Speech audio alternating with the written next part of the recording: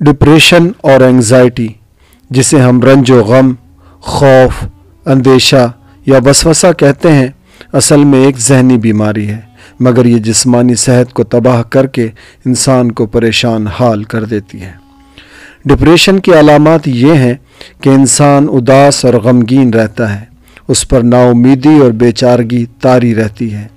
اس کے علاوہ تھکاوٹ، بے چینی، بے خوابی، غصہ اور خوشی آور سرگرمیوں میں حصہ نہ لینا بھی ڈپریشن کی علامات ہیں۔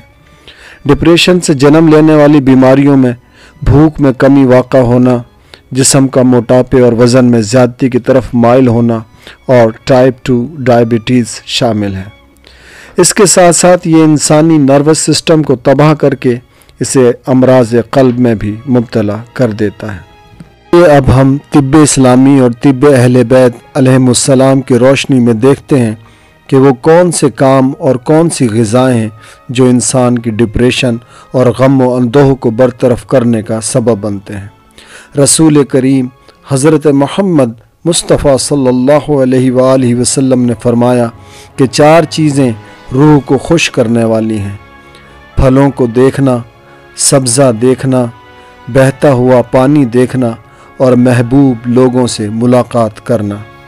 امام علی رضا علیہ السلام نے فرمایا 4 چیزیں رنج و غم کو کھونے والی اور دل کو خوش کرنے والی ہیں: خوشبو سونگھنا، شہد کھانا، سوار ہونا اور سبزہ دیکھنا۔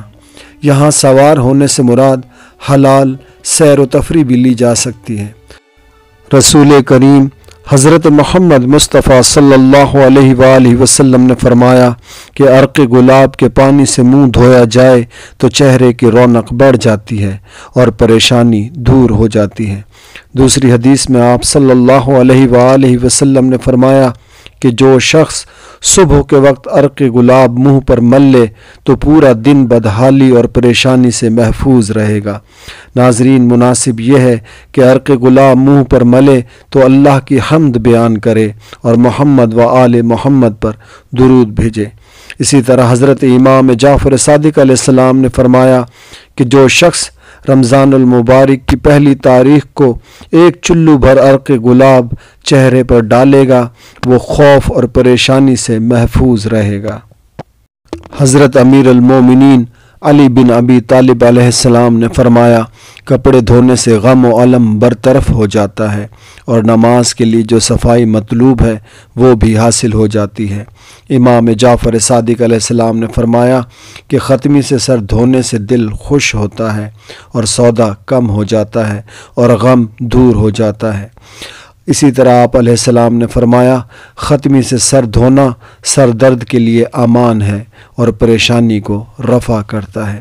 جناب امیر المومنین علیہ السلام سے منقول ہے کہ نورہ لگانے سے حرارت قلب اور پریشانی و ہراس رفع ہو جاتا ہے اور بدن صاف ہو جاتا ہے۔ امام جعفر صادق علیہ السلام نے فرمایا کہ نورہ لگانے کے بعد تمام جسم پر مہندی مل ڈالے تو اس کا افلاس اور پریشانی زائل ہو جاتی ہے۔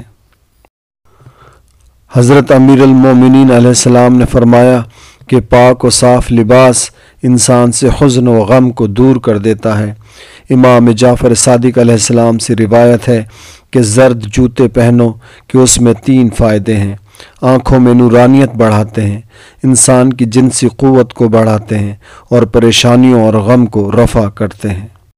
ایک معتبر روایت میں حضرت امام جعفر صادق علیہ السلام سے منقول ہے کہ جب حضرت نوح کشتی سے اترے تو آدمیوں کی ہڈیاں دیکھ کر ان کو صدمہ ہوا تو حق تعالی نے انہیں وحی فرمائی کہ تم سیاہ انگور کھاؤ تاکہ تمہارا غم دور ہو جائے۔